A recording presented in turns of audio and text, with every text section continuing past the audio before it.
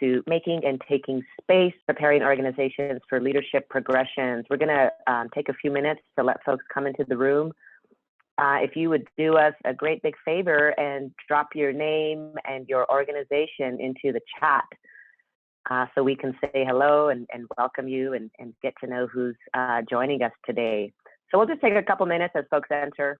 Again, thank you for joining our Building Movement Project webinar today. Welcome. I see Andrea Quijada, Melinda Williams, Kinsey Mabon. Lots of great folks coming in the room. Renee Beltran, Center for Civic Policy, welcome. Welcome, folks. If you are in the Building Movement Project webinar, Making and Taking Space, Preparing Organizations for Leadership Progressions, you are in the right webinar. I'm gonna take just a couple more minutes to let folks come into the room, and then we'll get going with our webinar today. Again, my name is Alicia Lueras Maldonado. I'm very excited to be moderating today's webinar. We've got a great lineup of speakers and panelists who've taken the time to be with us today, talk about leadership progressions.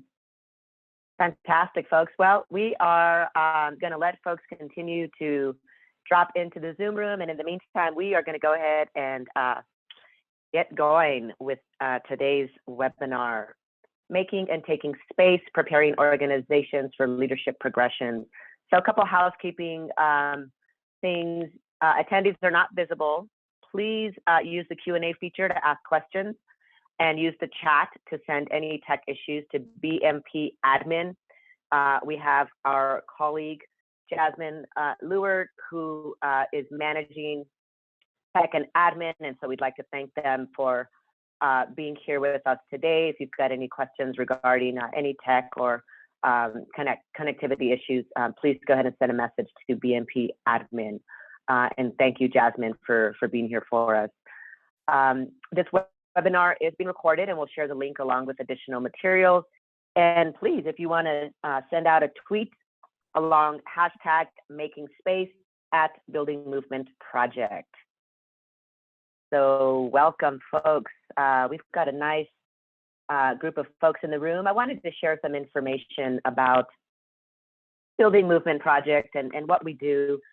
We're a national organization. We develop research, tools, training, and opportunities for partnership to both nonprofit organizations and the sector to support the voice and power of the people that they serve.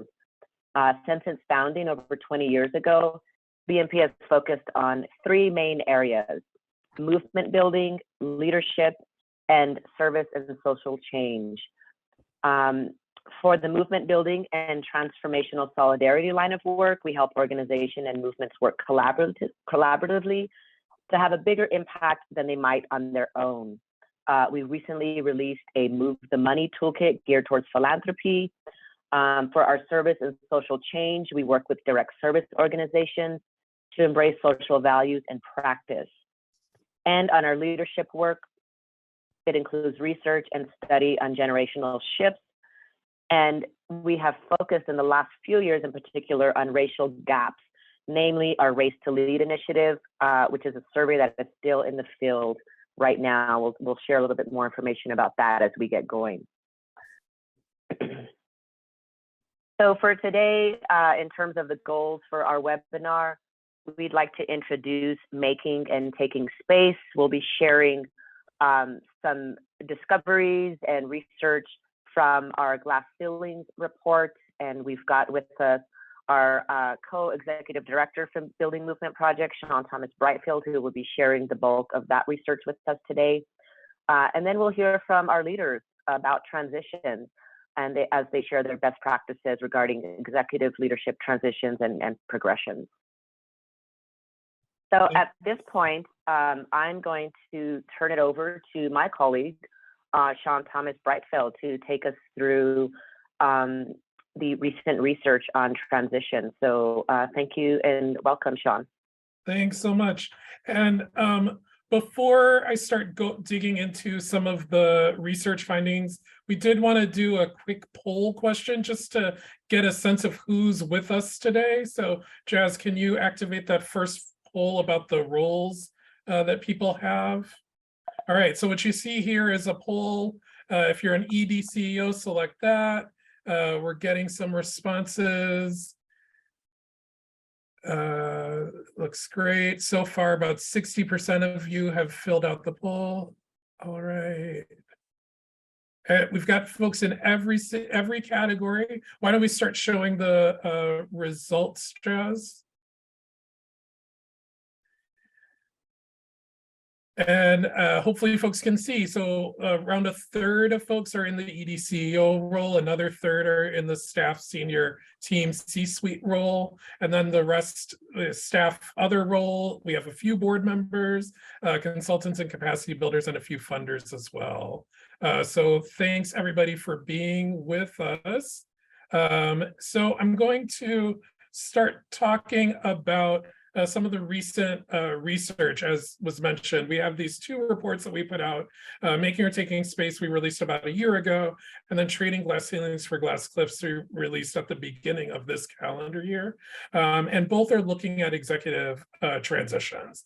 And I'm going to start out with a data point from the Trading Glass Ceilings for Glass Cliffs report, which is we asked people in the survey, the Race Lead survey back in 2019, people who are already in the executive director CEO role, whether they were not ready to transition or already thinking about transitioning or planning to transition.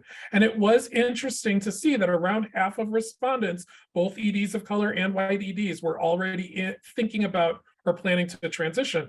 And part of the reason that I wanted to bring this up is because we had this early indication in 2019, but we've been hearing anecdotally that the trend is increasing. And so we're going to do another quick poll just to see what you all are seeing in your own area, because we want to know, like, what are you seeing? Are a lot of people transitioning? Is it sort of everybody, or is it something that's barely being talked about? So Jazz, can you start that second poll question?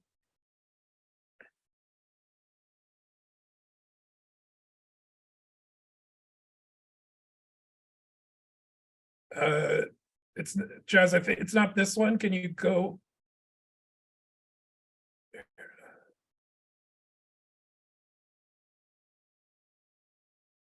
All right. So the question is, how many nonprofit ED CEOs in your area are talking about leaving? Nobody, only a few. Is it a growing trend? Just want to see what people are experiencing in your own areas. All right, about half of you have participated. Just give it a few more seconds.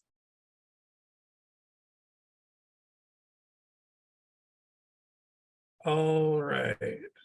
Wonderful. So we're over 3/4 of folks have participated. Jazz, can you switch to showing the results? All right. So it looks like the biggest category is definitely that it's a growing trend, right? So it's sort of mostly in the only a few, definitely growing trend, and then a few people are panicked that everybody is planning to transition or leave their executive director role. All right, wonderful. So just want to acknowledge that this isn't the first time that the sector has been in a wave of executive transitions. And so as Alicia mentioned, BMP's been around for over 20 years, and we've been doing research in this area for many of those years. And so back in the mid to late 2000s was the last time that there was this sense that there was a real wave of executive transitions that was happening. In part, it was about demographics in terms of baby boomers who were supposedly going to be retiring en masse and passing on the reins to the next generation of Gen X executive leaders, which didn't materialize for a lot of reasons, in particular the economic downturn in 2008. But there were these other factors that were also swirling. And so some of those were concerns about the ED role not being sustainable. That was a topic of conversation back then. There was also this awareness that as a generation, as leadership change would reflect generations changing as well, and that the demographics were different of the younger generations who were going to be moving into executive leadership. BMP also did some research on looking at different ways that organizations were structuring both leadership and decision-making. That was a report in around 2010. And around that same time, we also were trying to reframe this moment of executive transition as a moment of opportunity. and particularly the idea that there's a important responsibility for executive leaders in terms of setting their organization up for success under future leadership. And so this Making or Taking Space report that we released a year ago was based on a set of interviews that we did with incoming leaders of color and outgoing white leaders and board members, all from the same organization. So we were talking to 3 different people with 3 different vantage points, but who were all connected to the same organization. So it was really interesting to see what some of the trends were across those interviews, and one of which was that organizations were being intentional about wanting the next leader to be a person of color. And sometimes this coincided with or was in response to internal challenges that the organization had faced around race and identity. We also found that oftentimes incoming leaders of color had a real understanding and awareness of the challenges that they were going to be inheriting. My co-ED, Francis, often talks about the dirty closet that new leaders end up inheriting. And so people had some awareness of what was going to be in that dirty closet. But sometimes the extent wasn't always clear, as you see with this next finding around, the fact that many times incoming leaders of color knew what their job was going to entail, both running an organization and also doing internal race equity work. But what they often did not anticipate was that the organization would face funding challenges.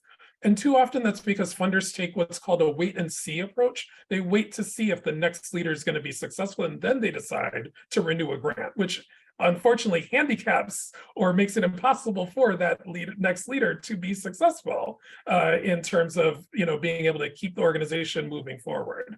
We also heard that there was this added challenge that incoming leaders were facing in terms of protecting the reputation of the outgoing white leader who was their predecessor.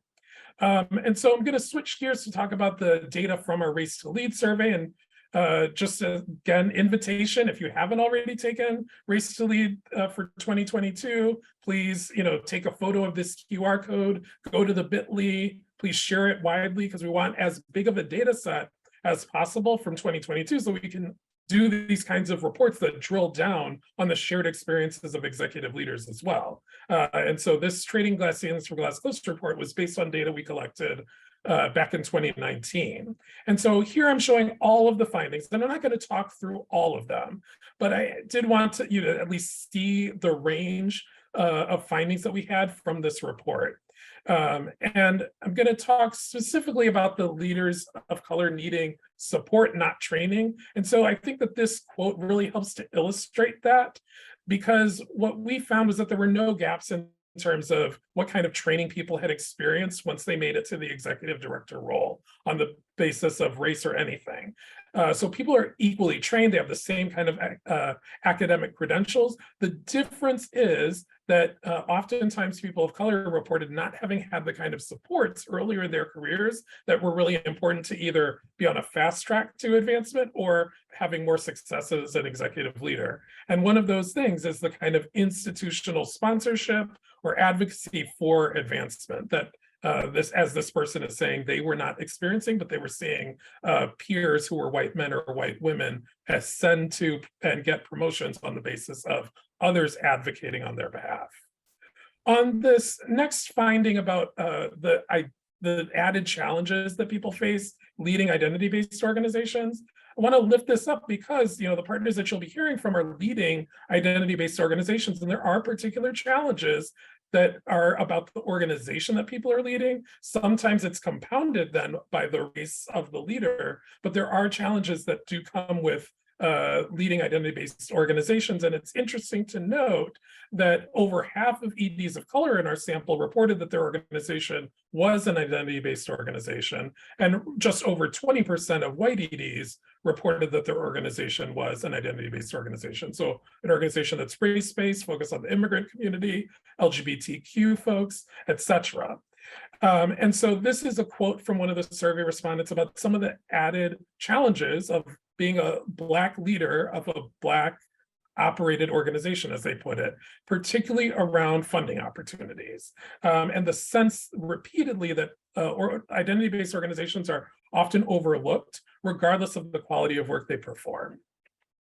And so here is another data point that I'm showing where if you look at the left side of this slide, we're looking at EDs of color and white EDs of identity-based organizations. And then on the right, we're looking at EDs of color and white EDs of all other more mainstream nonprofits. And so this challenge around lack of relationship with funding sources, clearly the biggest challenge for EDs of color leading identity-based organizations, followed by leaders of color leading mainstream organizations, who are basically on par with white EDs of identity-based organizations, and then only around a third of white EDs of mainstream organizations felt like lack of relationships with funding sources was a big challenge. We saw the same pattern when it came to the stress of being called upon to represent a community, but where it's different is the demanding workload. And so here we see no real racial gap between EDs of color and white EDs leading identity-based organizations, but clearly they have a different kind of workload or reporting more stress around workload that's higher than leaders of more mainstream organizations.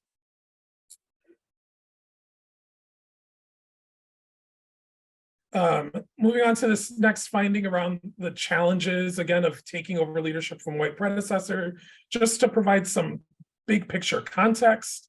The main point here is that almost half of EDs of color are reporting that their predecessor was white, whereas only 8% of white EDs were following a person of color, right? So the experience of navigating executive transitions that are also racialized transitions is largely falling on EDs of color. So it's just worth keeping in mind and understanding that, because it helps to understand the widespread experience and frustration that many leaders of color end up reporting about feeling insubordination or not supported by their board or staff, and that often does come with following an outgoing leader who does not look like or lead in the same way that the incoming leader does.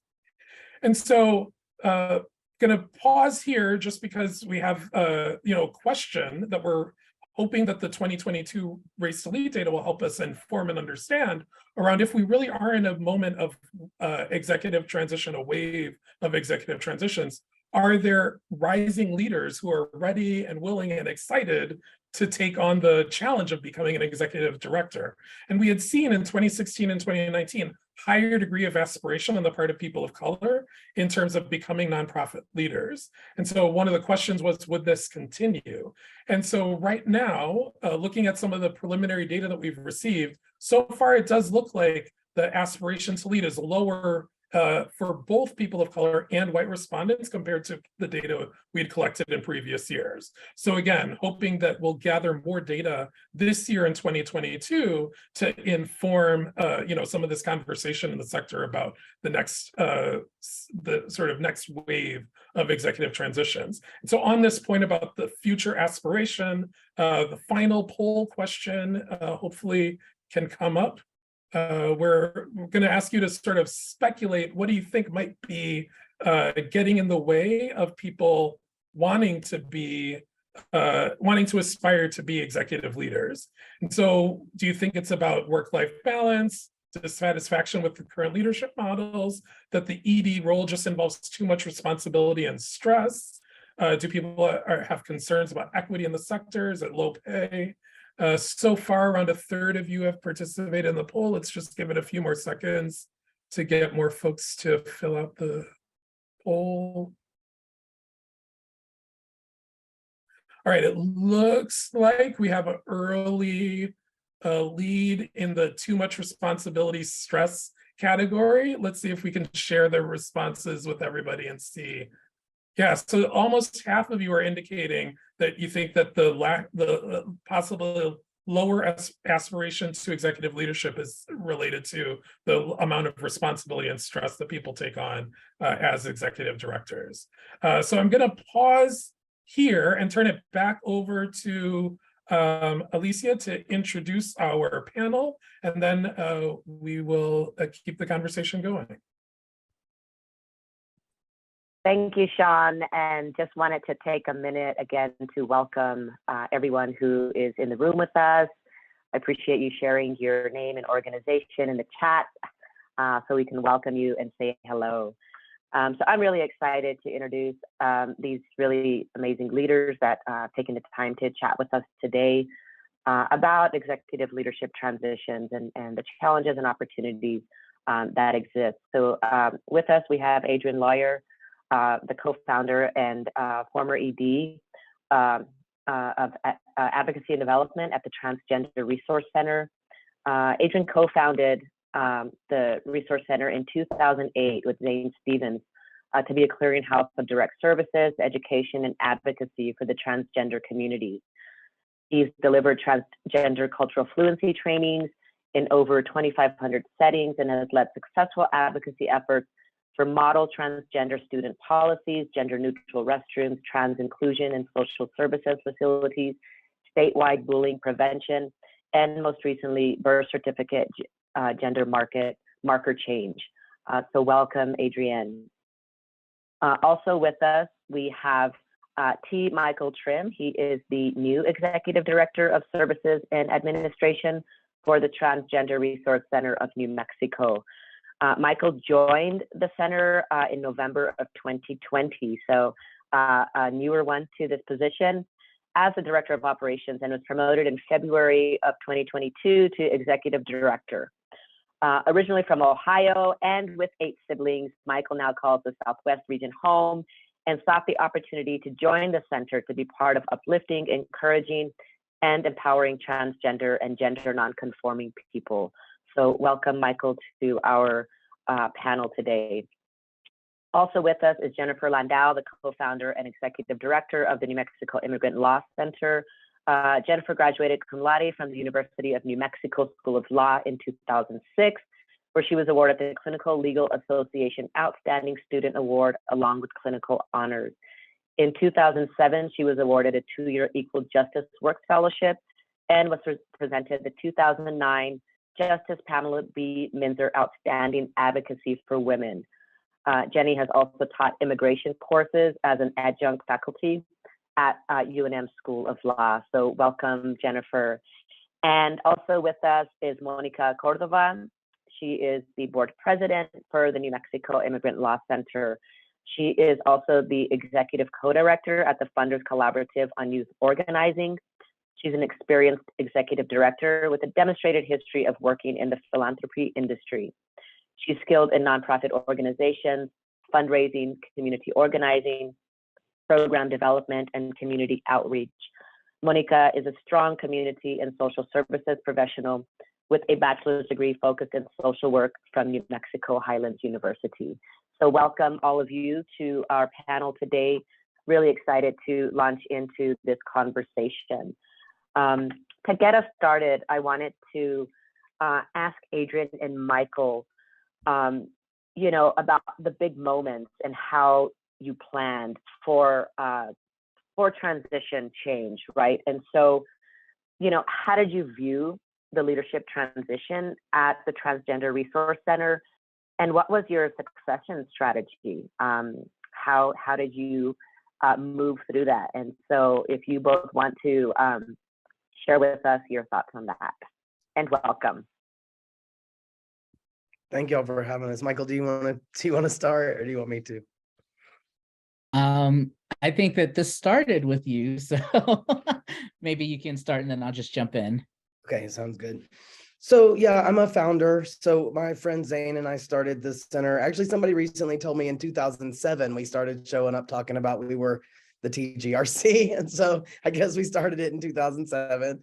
And so we've been, we were completely typical grassroots organization. We started with nothing, with just no resources, just the people, and trying to help people one-on-one. So we were building it from really and truly the ground up all this time. And, I was the head volunteer for a long time, for a really long time. I didn't get paid at all to be doing the work that we were doing. And it was a real slow going to build up the funding. And, we started in 2007, but we got our 501c3 in 2011. We opened our very first physical location in January of 2012. So now we've have almost 13 years of having a drop-in center open here in Albuquerque.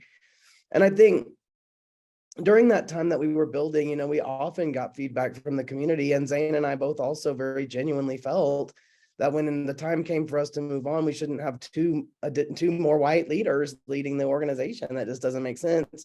When you look at the transgender communities in New Mexico, it doesn't make sense that you would have two white men, actually, right? We're both transgender men as well, leading the organization, but leading the organization in those early years really meant sacrificing for trying to build something. And that was not it wasn't even a paid job to hand over to somebody in that way. So, you know, when we got to the place where it started to feel like we were moving towards our departures, we really wanted to think hard about how to recruit and engage folks who were people of color to come in and take over the work that we were doing. So for us, that was a really important part of it. We actually didn't know that we had racial issues so much inside the organization.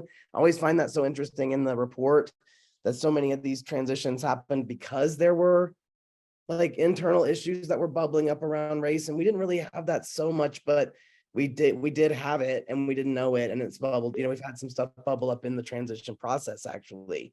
So we did, you know, and the last thing I want to say about it is, I'm such a stereotypical founder that even this, I've just had to learn the hard way. I don't know what I'm doing.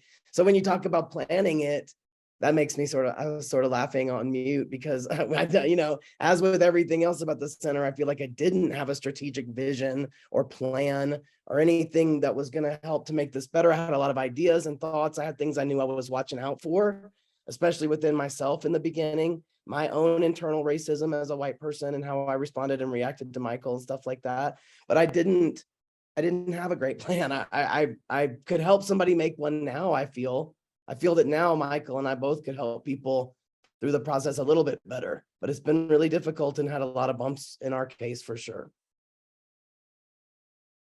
Yeah, I think Thank you for sharing. Sure. And I think that for me on this end, being the person that was like the gotcha moment, if you will, that I always refer to, Adrien and I, we have, you know, check-ins a couple times a week. And in early 2022, he was like, "Hey, I have something to tell you." And I'm like, "What is it?" And he talked about his desire to retire and his vision for me in this role. And I was like, okay. And in this short amount of time prior to that, I had really grown to love the organization and the people that we serve and become very protective of it. Surprised myself even, and that made it so much easier for me to say that, yes, this is something that I want to do. And even unbeknownst to myself, I realized that I did have a strategic plan and a vision for where I wanted this organization to go. So things just kind of fell into place initially, and we created a plan. And one of the things that I love about our org is that we are very agile and flexible, because our initial plan did not work. So we flexed, we did something differently.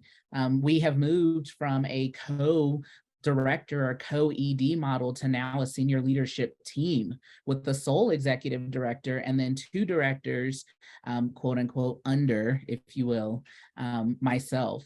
So we've moved to having like this very strong triangle leadership approach, which has turned out to be certainly a blessing for sure. And moving forward, I think the biggest thing that should be kept in mind in terms of these strategic plans is that you have to be flexible, and that our organizations are living, breathing things, and that something is going to come our way and throw us a curveball, and we have to be willing to catch it or drop it or move out of the way so you don't get hit by it, knocked out, right? And all of those things are super important. And I'm very happy that this transition was one of what was amicable. Adrien was not run out of town with pitchforks, like, you know, get him out of here. We were able to work together in this transition, and that's my hope for everyone, because that has certainly been a blessing as well. Thanks for sharing that. And I think, you know, one of the things that I want to lift up before I turn it over to Jennifer and Mónica to share, some of the experiences with the transitions that the Immigrant Law Center has gone through, is that the flexibility, right? And then what tools are at your disposal to lean into? What strategies can you lift up? And I know that you all have had to do those shiftings, right? As you're moving through these transitions. So thanks for sharing that. And, I wanted to turn it over to Jennifer and Mónica to talk about, what did you plan for when you all were looking at a executive leadership change, and how did you move through that transition and that process, right? And also having to be flexible and make changes and refigure things. What did that look like for you all? Should I go, Mónica, or would you like to? Okay. Yeah, just like I would totally agree with the flexibility and agility and different contexts for each organization. Similarly, I was a co-founder of a startup. My background is that my family, my father and his family were born in refugee camp. So I come to this work of immigrant rights from that family experience. My family came out of World War II and immigrated to the United States and started from scratch. And I've always really connected with that experience and how in each generation there's new people that are experiencing the very same things that my family experienced. And so when we started in MILC, there weren't services in New Mexico. My intention was not to start a nonprofit. I had a fellowship out of law school, and then the fellowship project grew into an organization. I don't have any training in nonprofit management, but what we noticed when we started the organization was that all the folks that there's one law school in New Mexico. There was a huge gap in terms of services to immigrants, and there was also a huge gap. This was during the Bush years, pre-DACA. Just access to the legal profession was very limited for immigrant community members. Federal financial aid is only available if you're a legal permanent resident or a citizen. The folks that would come to even intern with us or want to work in the nonprofit sector generally were white and not connected to the immigrant community. And so it wasn't just the nonprofit context, it was also the legal context in New Mexico. And it was early on, it was just me and my co-founder, who was another law graduate from law school, who also was concerned about access to justice and legal services in New Mexico. And I think it was year 2 of the formal Immigrant Law Center trajectory that we happened to find out about the Public Allies program, and we went to interview a public ally, and he turned out to be from New Mexico, had gone away to school, wanted to do public interest law, his family was from Mexico, had the immigrant experience here and in Mexico, and was a visionary from the very beginning. Within the first 6 months of his public ally position at our organization, I was like, hey, you want what are your professional interests, and where do you see yourself going? And so Adrien ended up going to UNM Law School, and really in a lot of ways was a co-founder, maybe 2 years later, but really in that early stage of organizational growth. And over the years then went to law school, and then became an attorney, and then became the associate director. But I think it wasn't so much that I was thinking I am ready to retire or I need a succession plan. It was just it was more like a co-founder in a way situation, where I just thought he was leading the vision from very early on. And it just seemed like it was a natural progression of leadership. I think one of the lessons learned, though, is that when you're a small or growing organization that has growing administrative and management needs, that, you know, often in succession planning, you identify the person who is really passionate about making an impact and connected to the program work, and that the administrative burdens of being in a nonprofit leadership role, unless you have funding where you can have the person who's the operations person and the human resources person and does all the other work, to actually be the visionary and lead in that way, is really challenging in a growing nonprofit funding context. And so I think that's you know, just something that we've reflected on, is that there really needs to be, I think, you know, Adrien, what you were saying, like a much broader leadership structure. It's also kind of a setup, I think, to have one person feel like they can make an impact in have to make an impact in every aspect of the organization, and are the answer to solving all the organization's dreams and problems. Like there really needs to be a much broader leadership space. But the problem also is, like, you know, we were growing during the Trump years, so it was rapid growth and reactive growth. And so at the time when we started thinking about the transition, there were maybe we were maybe a 10-person organization. And by the end of the transition, we were a 25 to 30-person organization with a lot more administrative needs. Jennifer, I wanted to stop you there.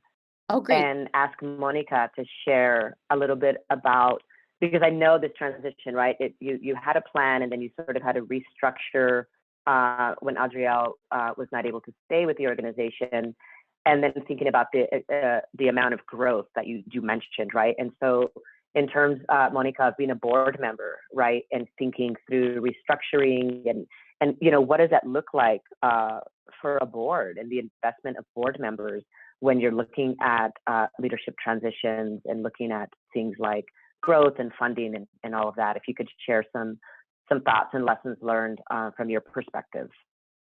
Sure, I'm happy to. And also, I'm executive director at the Funders Collaborative on Youth Organizing. We are also going through our own transition, so no longer in a co-directorship. But in my role as the board chair, one, I think that something was really valuable, and something that Jenny's actually really been thoughtful about is like who is on the board and the types of skill sets and experience they bring. And so, you know, from having folks that understand the finance side of things to help support that capacity in the organization, to somebody like me who has like a long history in the nonprofit sector, has been a board member, has had to work with boards. And so in those, you know, Jenny and I were talking yesterday, and Jenny was like, I don't know that it was the process. And I was like, well, there was a process. Don't you remember? We, you know, because I think a lot of it felt quite natural, and just the ways in which the organization was growing, the transitions and shifting of roles was what made sense in that instance.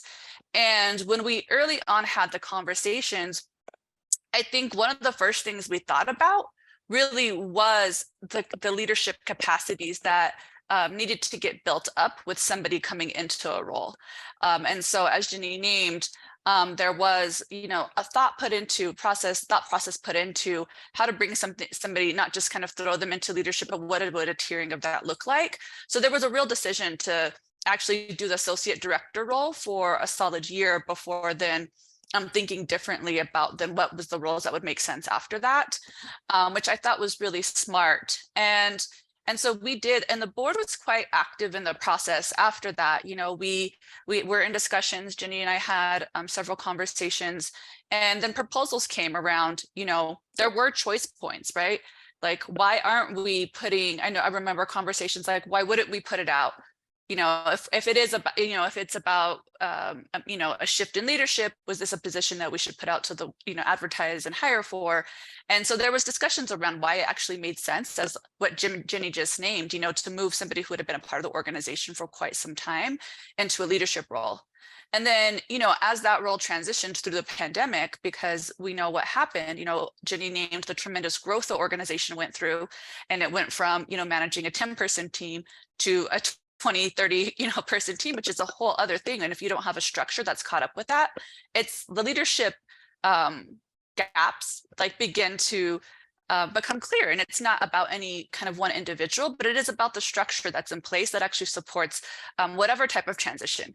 And so, you know, as we transition back to Jenny as the executive director, those were things that we had to think about. And then Jenny was able to then spend some time, I think, in now the thinking about what is the broader staff structure that the organization needs, what is the broader staff structure that a healthy organization needs, and we're able to, as a board, I think, really do our best to support that and be flexible. I like, you know, Adrien talked about being flexible.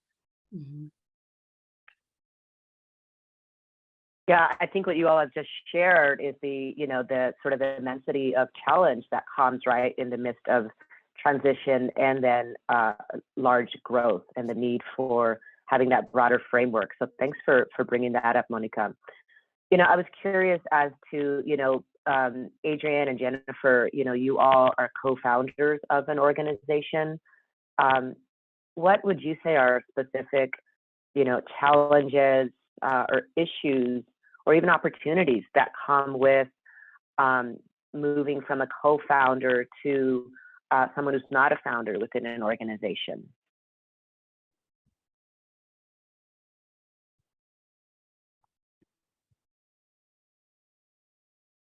For me, it was that I was, you know, I have to deal now even more directly with my own workaholism, you know, and the fact that I am compulsive about doing that. That's me and not the job.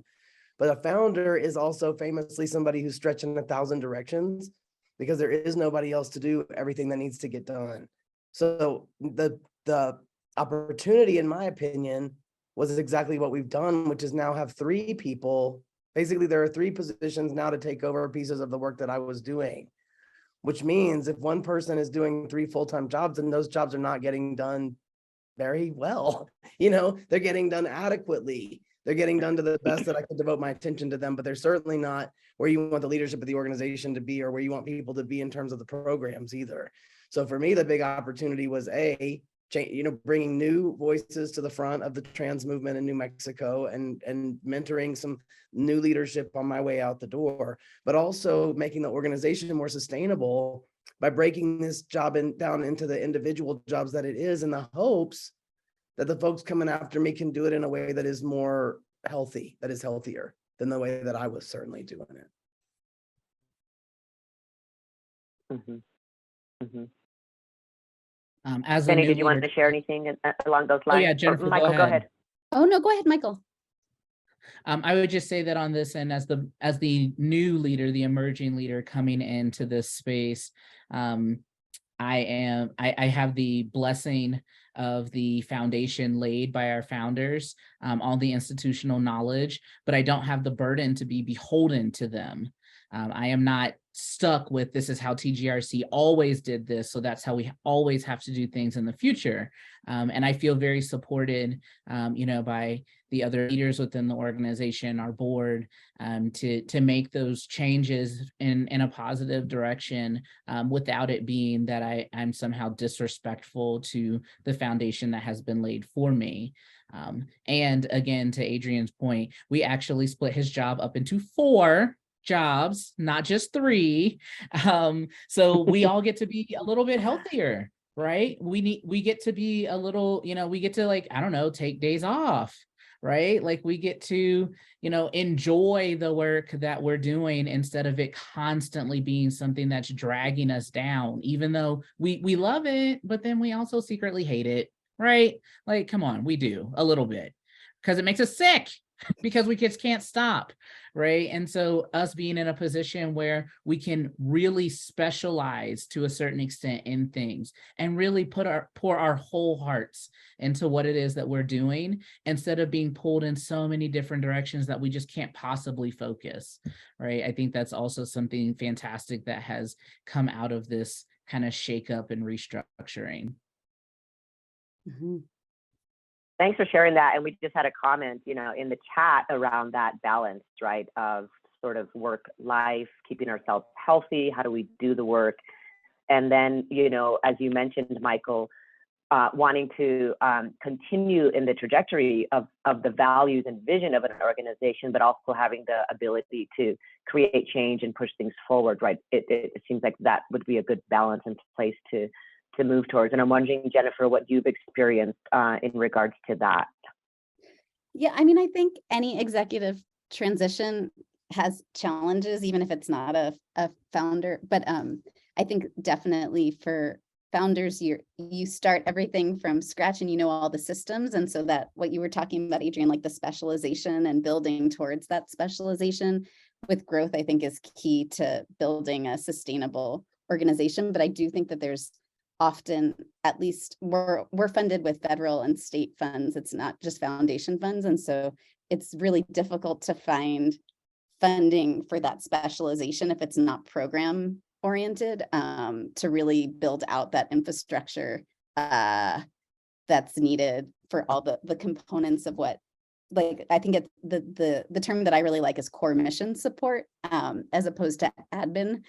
And I think that's critical in building healthy organizations. And at least the landscape that we are in, the funding landscape, very challenging to pull off. That was gonna be one of my next questions, Jennifer, in terms of, what is the role of funders in leadership transitions, right? What should they avoid? What do they need to support? What do you all need in terms of that? And so if you could share some thoughts on that. And I don't know, Mónica, maybe you've got some thoughts and ideas, but really anyone, like what is that role? Well, I would just go ahead and say that I think oftentimes when things don't go well, it creates there's a lot of resources needed if in an organization when things go south, but on the building sustainability and healthy organizations, like coaching is such an incredible tool. And it's often hard to find funding for, not just for an executive director, but for a much broader leadership team. And then also, just the figuring out how to actually build out a leadership team that has the time and space to build out, to really develop skills and all the different, the pieces that make an organization work. Every organization is different. If, like in our case, it's because we're direct services, we have some federal and state funding. There's like a heavy compliance side. We've had to, now that we're a 35-person organization, we've had to build out bureaucracy, different admin pieces that require specialized knowledge. At least our struggle is just, as I mentioned before, the most funding, like the most we can usually have in terms of operating support is 10% from federal and state grants. And that certainly does not cover a full leadership team. And so the general operating support, or just like support in growth and transitions, is extremely helpful. Thank you. I'm just looking at a really great comment and question that came in on the chat from Mónica. In terms of the poll that was shared earlier, right, about being ready to transition. Some might not even want to transition from their positions.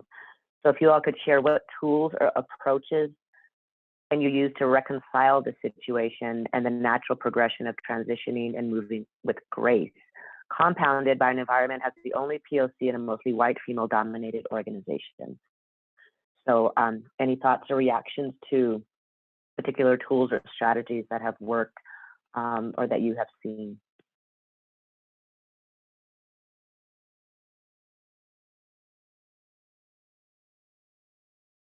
Well, I'll do a shameless plug. So in the Leadership in Leaving report that BMP did, at this point over a decade ago, there were some reflection tools, reflection questions that were put into that report to help people really think about their own personal readiness and interest, but also balance it with their thinking holistically about the organization and really trying to line those things up. Because I think, as you know, everyone's sort of acknowledged, like transitions are going to be complicated no matter what, because change is hard. And so part of what BMP was trying to put forward for the sector is that the sort of leaving as a leadership responsibility does mean that certain things have to be done intentional. And what you heard from our partners today is like real intentionality around like building a bench, bringing people into leadership roles, rethinking the executive function so that it's shared more, and that more people have, as Adrien said, the ability to have that be a full-time, have each of those pieces be a full-time job instead of having one person do all of those things in a less than ideal situation. So I think those are the sorts of things that are useful to be thinking about if you're in a place where you are thinking about both your future as well as the future of the organization that you've been leading for however long, because any transition is going to be complicated because change is hard. Thanks for sharing that, Sean. And Jasmine just dropped into the chat the link to the Leadership in Leaving, reflecting on your organizational and personal readiness. So really just sort of leaning into that question that came in earlier. We've got another question, and Mónica, this I'd like to direct this towards you. What is one key thing you think board members can do to support incoming EDs of color who are preceding a white ED?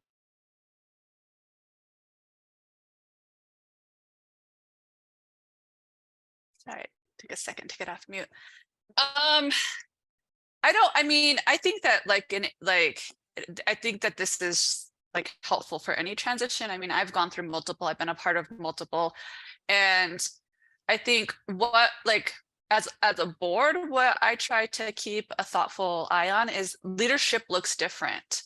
Like whomever, like leadership from, like a white ED to a person of color ED is going to look different from from across all kinds of what folks bring into this work experience, whatever that is.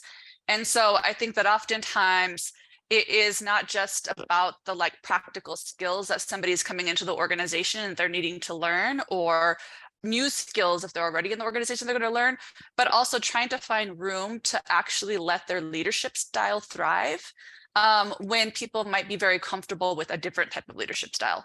And I think, as we think about the board support for that, being comfortable with somebody coming in with a different type of leadership style that might want, a different type of relationship to you as a board. And, and Jenny and I have talked about this, and this wasn't necessarily as a challenge, I don't think with the transition at the law center, but, we did talk, I know when Adrien came into leadership, I was like, Jenny and I had a particular working relationship that worked for her and I, and I'm happy to be here in the capacity that you want me to be here. And Jenny and I have talked about what is the type of board you want and you need, and that could look different based on whoever's in leadership.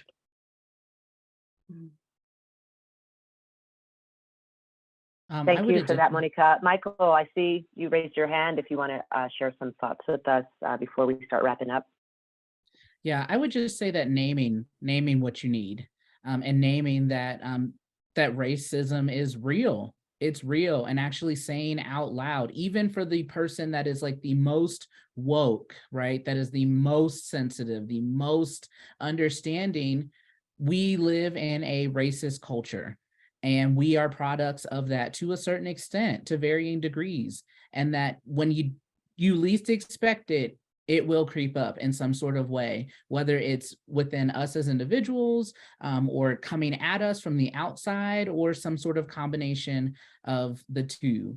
So naming that this is something that is important, and saying out loud that your leader of color, and, even for me, I am a Black person. I say Black. I don't consider myself a person of color. I say Black because Black is beautiful. And as my shirt says that you can't read, Black is a blessing, right? But saying out loud that your Black leaders, your brown leaders, your indigenous leaders, that they need your support, and then really meaning that and putting action behind it is so, so crucial.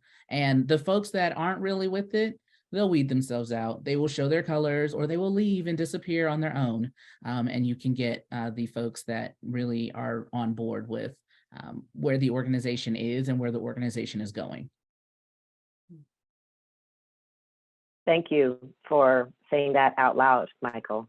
I think that, you know, some of what Sean was sharing earlier about the Race to Lead report, right, and the survey that's still out now really lifts up naming, right, what is going on, what folks are seeing within organizations and how they can get the support that they need. We've got just a couple more minutes before we wrap up. If anyone wanted to share some last words, you know, again, my thanks to all of you for taking the time today, to everyone who joined us on the webinar today. We thank you for coming in. Again, it's recorded and we'll be sharing it in a blog post. But any last words from anyone before we wrap up today?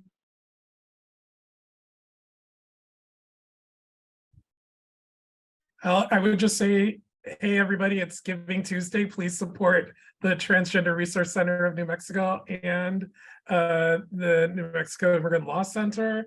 You know, they're great organizations doing critical work on the ground in New Mexico. And I'm so grateful as one of the co-EDs of BMP to have had such a long and lasting relationship with both of these organizations and all of the leaders who you got to hear from today. So thanks everybody for being here. Thank you. And before we close out, I want Jasmine, if you could share this last slide. We still have the 2022 Race to Lead survey out in the field. What you're looking at on your screen right now is the bit.ly, or you can scan the code. We'd love to get as many leaders to complete this survey so that we can have some healthy data to analyze, and then that report will come out next year. So thank you all once again for joining us today. Thanks to Building Movement Project for all of the support, for the years of relationship. I'm grateful to each and every one of you for your work. Thanks for being with us today, folks.